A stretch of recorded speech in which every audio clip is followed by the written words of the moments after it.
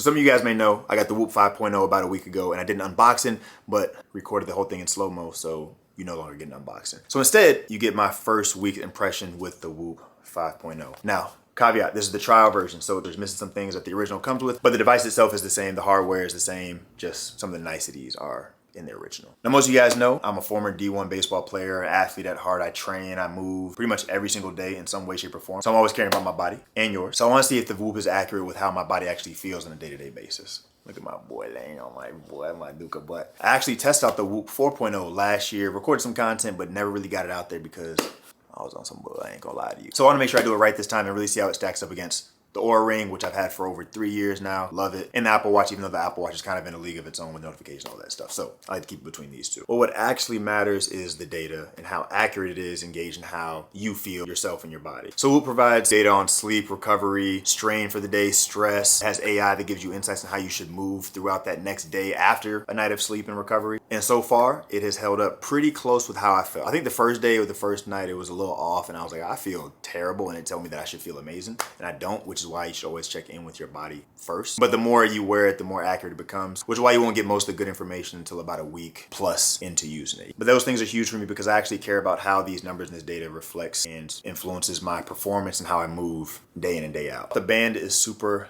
lightweight material. It's supposed to be 7% smaller than the 4.0. Kind of hard to tell the difference, but it does feel comfortable on your wrist when you wear it for long periods of time. And it really just looks good, especially in that all black. Even though it's the trial version, the all black I think is probably one of the most fire versions that they got. The one thing that I still feel like is really off with the Whoop that was inaccurate and in beta testing on the Whoop 4.0 is the step tracking. Now, I got the Oura Ring and the Apple Watch, so it doesn't really matter, but it's consistently about 4,000 to 5,000 steps higher than both of these. And maybe both of these are wrong. Maybe I have to do another video kind of testing that out and seeing which one's accurate with a set amount of steps. It's something I gotta look into a little bit more. Now, I'm also testing the Whoop in the Peak membership, which is the mid-level tier, which has everything from the entry subscription, but adds the lifespan feature, which is what I'm most excited to try out, but it takes 21 days of data to be able to give it to you. And that's the feature that's gonna tell you your physiological age versus your chronological age. So if I'm healthy and I'm working out every day and I feel great, even though I'm 31, it might say my physiological age is 18, which is what you want. You wanna be aging backwards physiologically rather than accelerated. So stay tuned for 2 weeks for when it tells me exactly what that age is. So far, Whoop's been solid, just with some quirks that I'm gonna test out and keep ironing out. And then I'm gonna put it head to head against the Oura and the Apple Watch and tell you which one I think is right for you. All right, so stay tuned.